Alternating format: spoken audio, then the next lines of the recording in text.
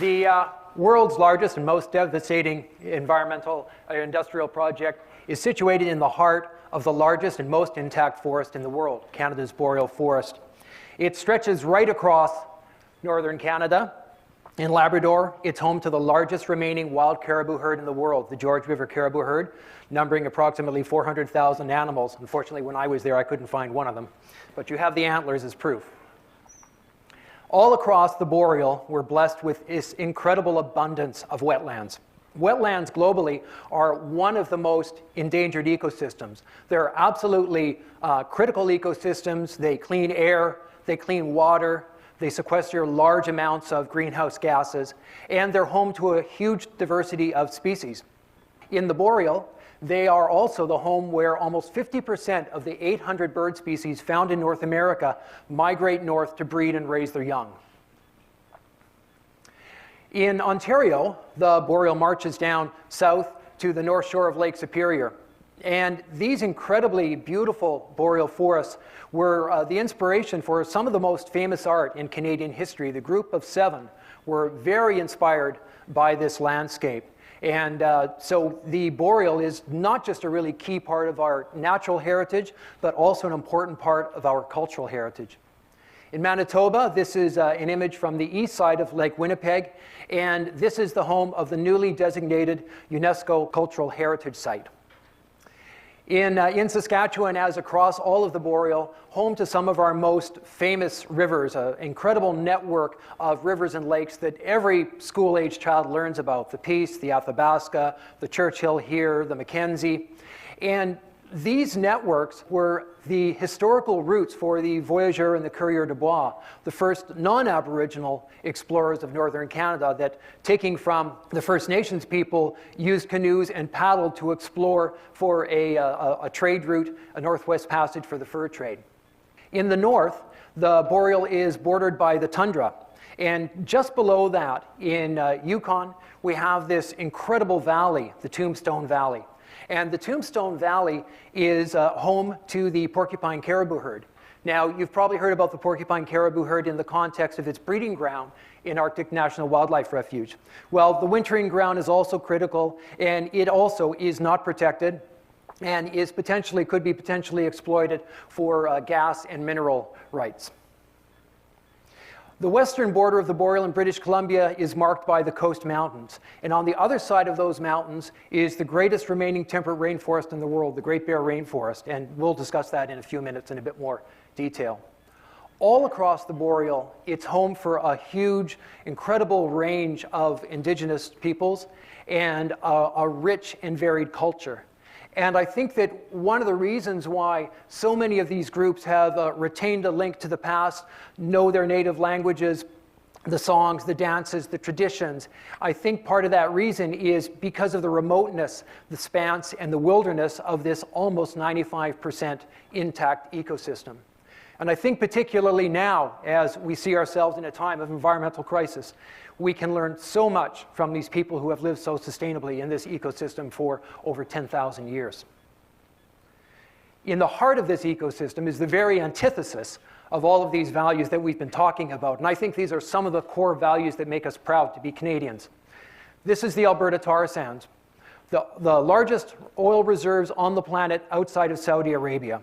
Trapped underneath the boreal forests and wetlands of northern Alberta are these vast reserves of this sticky, tar-like bitumen. And the mining and the exploitation of that is creating devastation on a scale that the planet has never seen before. I want to try to convey some sort of a sense of the size of this.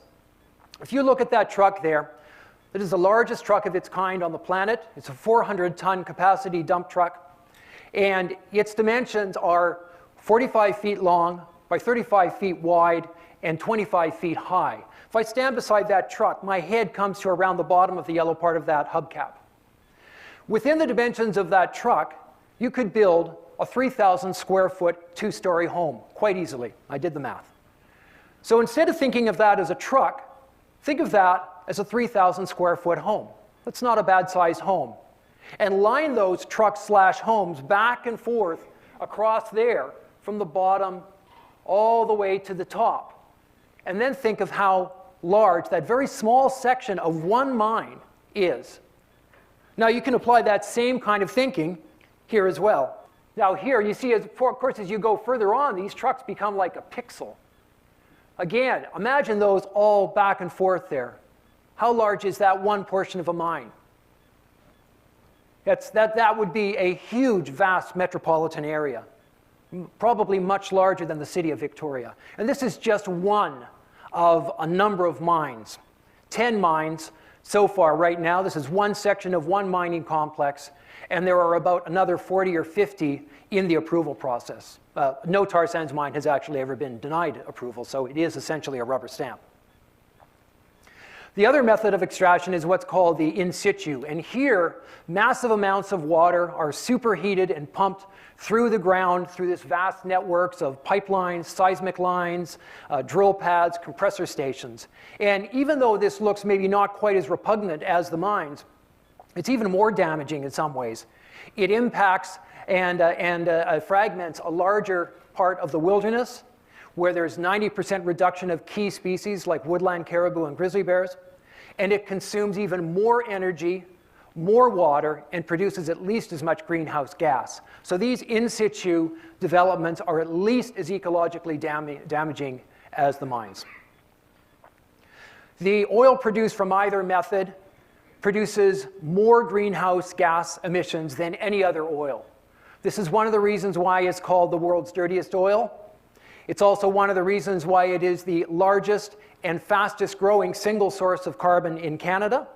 And it is also a reason why Canada is now number 3 in terms of producing carbon per person. The tailings ponds are the largest toxic impoundments on the planet. Oil sands, or rather I should say tar sands. Oil sands is a PR created term so that the oil companies wouldn't be trying to promote something that sounds like a sticky tar-like substance that's the world's dirtiest oil. So they decided to call it oil sands. The tar sands consume more water than any other oil process. 3 to 5 barrels of water are taken, polluted, and then returned into tailings ponds, the largest toxic impoundments in the planet. Syncrude, just one of the licensees in just one of their tailings ponds, dumps 250,000 tons of this toxic gunk every single day. That's creating the largest toxic impoundments in the history of the planet. So far, this is enough toxin to cover the face of Lake Erie a foot deep. And the tailings ponds range in size up to 9,000 acres. That's 2/3 the size of the entire island of Manhattan. That's like from Wall Street at the southern edge of Manhattan up to maybe 120th Street. So this is one of the larger tailings ponds. This might be what? I don't know, half the size of Manhattan? And you can see in the context, it's just a relatively small section of one of 10 mining complexes and another 40 to 50 on stream to be approved soon. And of course, these tailings ponds, well, you can't see many ponds from outer space, and you can see these, so maybe we should stop calling them ponds. These massive toxic wastelands are built unlined and on the banks of the Athabasca River. And the Athabasca River drains downstream to a range of Aboriginal communities. In Fort Chipewyan, the 800 people there are finding toxins in the food chain. This has been scientifically proven. The tar sands toxins are in the food chain, and this is causing cancer rates up to 10 times what they are in the rest of Canada. In spite of that, people have to eat this food in order to survive. The incredibly high price of flying food into these remote northern Aboriginal communities and the high rate of unemployment makes this an absolute necessity for survival. And not that many years ago, I was lent a boat by a First Nations man. And he said, when you go out on the river, do not under any circumstances eat the fish. It's carcinogenic. And yet on the front porch of that man's cabin, I saw 4 fish. He had to feed his family to survive. And as a parent, I just can't imagine what that does to your soul. And that's what we're doing. The boreal forest is also perhaps our best defense against global warming and climate change. The boreal forest sequesters more carbon than any other terrestrial ecosystem. And this is absolutely key. So what we're doing is we're taking the most concentrated greenhouse gas sink. Twice as much greenhouse gases are sequestered in the boreal per acre than the tropical rainforests. And what we're doing is we're destroying this carbon sink, turning it into a carbon bomb. And we're replacing that with the largest industrial project in the history of the world, which is producing the most high-carbon greenhouse gas emitting oil in the world. And we're doing this on the second largest oil reserves in the planet. And this is one of the reasons why Canada, originally a climate change hero, we are one of the first signatories of the Kyoto Accord. Now we're the country that has full-time lobbyists in the European Union and Washington, D.C., threatening trade wars when these countries talk about wanting to bring in positive legislation to limit the import of high-carbon fuels, of greenhouse gas emissions, anything like this. At international conferences, whether they're in Copenhagen or Cancun, international conferences on climate change, we're the country that gets the dinosaur award every single day as being the biggest obstacle to progress on this issue. Just 70 miles downstream is the world's largest freshwater delta, the Peace Athabasca Delta, the only one at the juncture of all four migratory flyways. This is a globally significant wetland, perhaps the greatest on the planet. Incredible habitat for half the bird species you find in North America migrating here. And also the last refuge for the largest herd of wild bison. And also, of course, critical habitat for a whole range of other species. But it too is being threatened by the massive amount of water being drawn from the Athabasca, which feeds these wetlands, and also the incredible toxic burden of the largest toxic unlined impoundments on the planet, which are leaching into the food chain for all the species downstream. So as bad as all that is, things are going to get much worse, much, much worse. This is the infrastructure as we see it about now. This is what's planned for 2015. And you can see here the Keystone Pipeline, which would take tar sands raw down to the Gulf Coast, punching a pipeline through the heart, the agricultural heart of North America, of the United States, and securing the contract with the dirtiest fuel in the world by consumption of the United States, and promoting a huge disincentive to a sustainable clean energy future for America. Here you see the route down the Mackenzie Valley. This would put a pipeline to take natural gas from the Beaufort Sea through the heart of the third largest watershed basin in the world, and the only one which is 95% intact. And building a pipeline with an industrial highway would change forever this incredible wilderness, which is a rarity on the planet today. So the Great Bear Rainforest is just over the hill there. Within a few miles, we go from these dry boreal forests of 100-year-old trees, maybe 10 inches across, and soon we're in the coastal temperate rainforest, rain-drenched, 100,000-year-old trees, 20 feet across, a completely different ecosystem. And the Great Bear Rainforest is generally considered to be the largest coastal temperate rainforest ecosystem in the world. Some of the greatest densities of some of the most iconic and threatened species on the planet.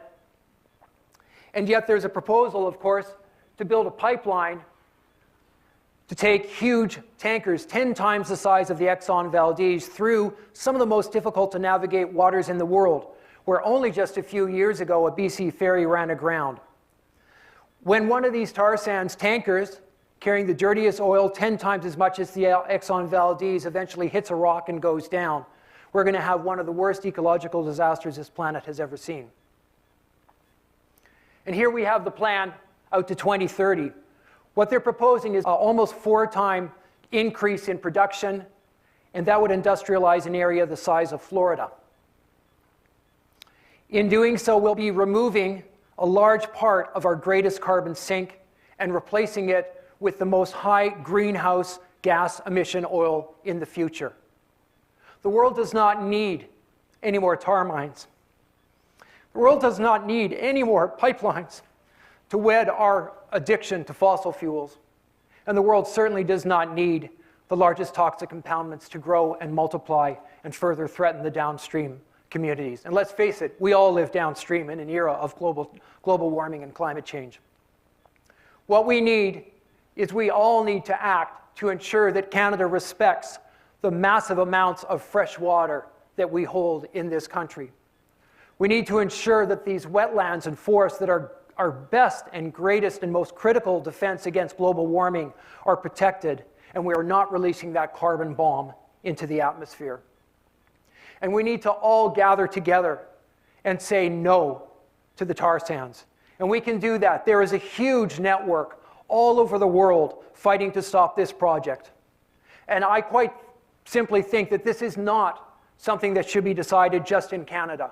Everyone in this room, everyone across Canada, everyone listening to this presentation has a role to play, and I think a responsibility.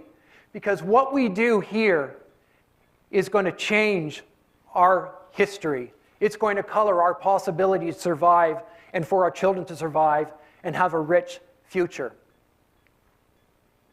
We have an incredible gift in the Boreal, an incredible opportunity to preserve our best defense against global warming, but we could let that slip away. The tar sands could threaten not just a large section of the Boreal, it compromises the life and the health of some of our most underprivileged and vulnerable people, the Aboriginal communities that have so much to teach us.